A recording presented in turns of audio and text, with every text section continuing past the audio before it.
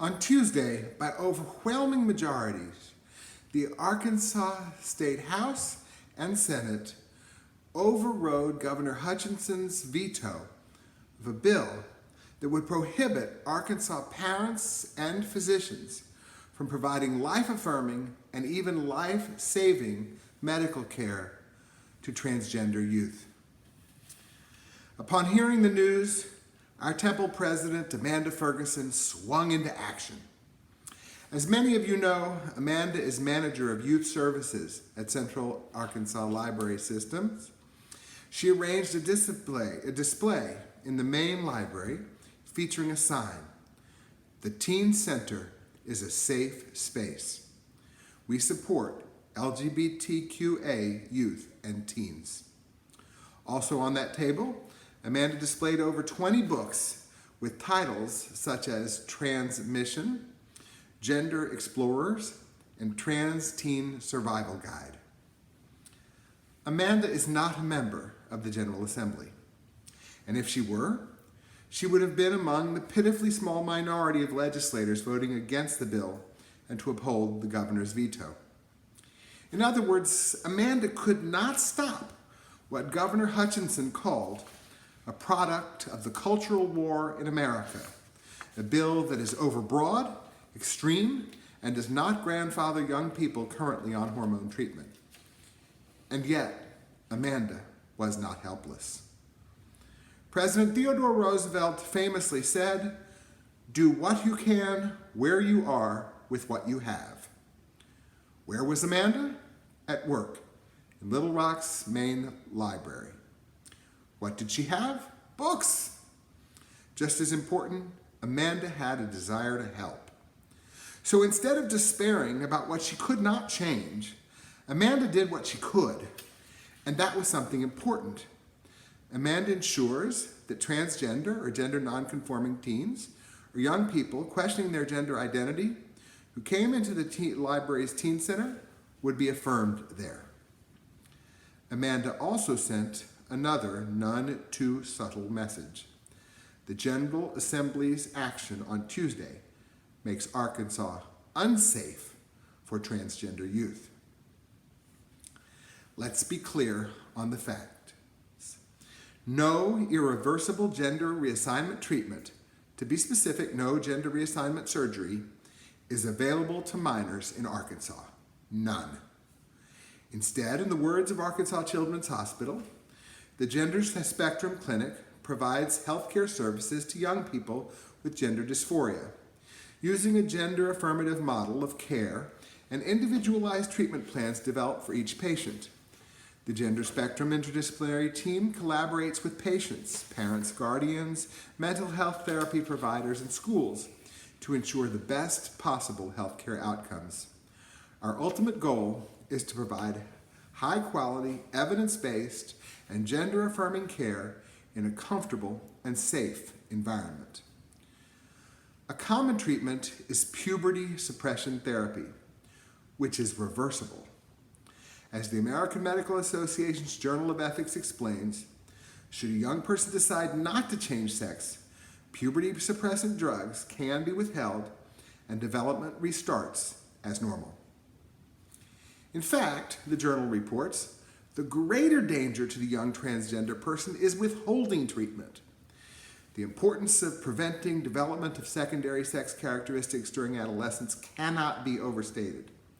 Once these children, who are already experiencing considerable distress, undergo puberty's development of the wrong sex, their psychological well-being deteriorates significantly, and many develop suicidal ideation. They can be bullied and abused. Such circumstances can lead these youths to drop out of school and develop significant psychological morbidity. Because these risks are so great, the need for medical and psychological intervention is paramount. Suppressing puberty and allowing the children the opportunity to explore their true gender identities decreases their risk for suicide. Arkansas's new law is deadly dangerous. The General Assembly's callous self-righteousness is so overwhelming that we may be dumbstruck. I am reminded of Moses' brother Aaron, who is silent when his sons, Nadav and Abihu, are struck dead. Shortly thereafter, Moses chastises Aaron's remaining sons, Eleazar and Itamar, for not eating their portions of the community's sin offering, and Aaron finds his voice again. Rabbi Jonathan Krauss explains, might Aaron's remaining sons not need their father to voice some feeling, some sense of loss, some acknowledgement of the terrifying, shattering, possibly unjust loss of their two older brothers? Like Aaron, the time has come for us to speak.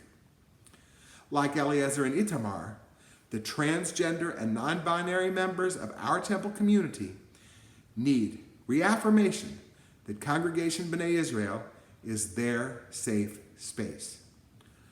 Arkansas, where so many houses of worship grotesquely celebrate this repressive new law, needs to know people of faith who insist that God's love is for every single one of God's children.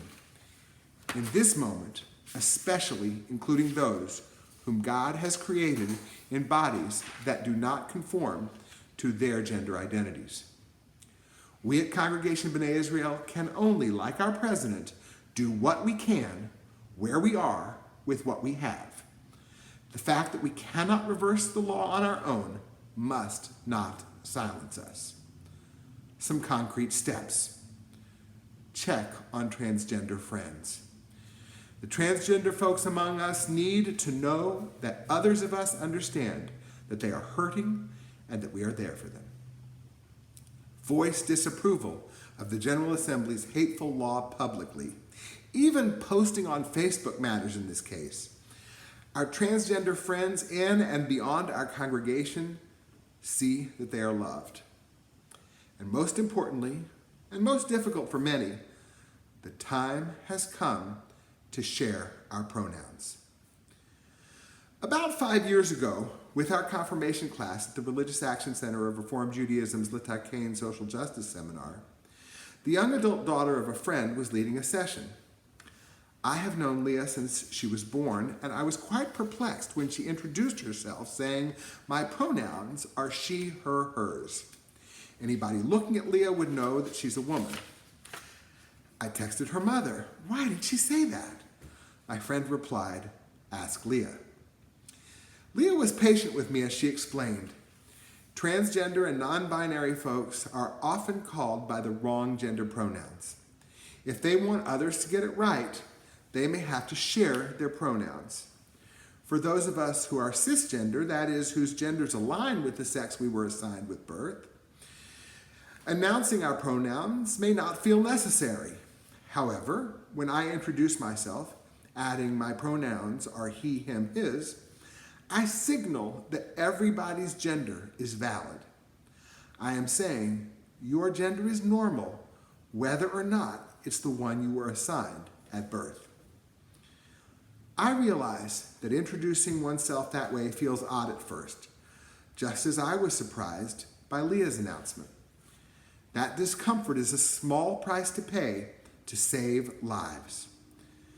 The American Academy of Pediatrics has published a study demonstrating that transgender and non-binary youth have attempted suicide at rates several times that of the general population. For example, over 1/2 of female to male adolescents had attempted suicide in the year of the study. Pikuach nefesh, saving lives, is Judaism's highest value. For the same reason that we are worshiping via Zoom tonight, saving lives by not gathering in person yet, let us all assure that Congregation B'nai Israel is a safe space when transgender and non-binary members and guests are celebrated and affirmed. Let us all share our gender identities, thereby affirming that every gender is valid. Each human being, and all genders, is created in God's image, holy, whole, and beautiful. Later this week, the same General Assembly that adopted the hateful law endangering transgender youth also adopted a wonderful law mandating Holocaust education at every level of Arkansas public education. Our Temple youth leader, David Ronnell, and his father, Steve, were among the Arkansans who worked diligently to see this bill passed, and our Temple board endorsed it on behalf of the congregation. Governor Hutchinson signed it into law yesterday on Yom HaShoah, Holocaust Memorial Day. During spring break, David testified in the Senate Education Committee. He said, Arkansas can be a leader in our region by passing this bill. We can eliminate the Holocaust education gap in Arkansas, and we can slow the spread of hatred and bigotry by teaching tolerance to students through the lessons of the Holocaust.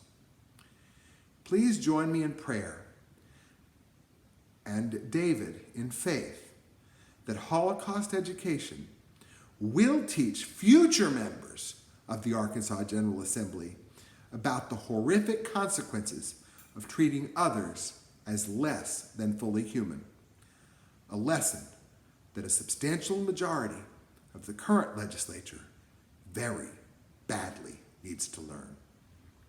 Amen.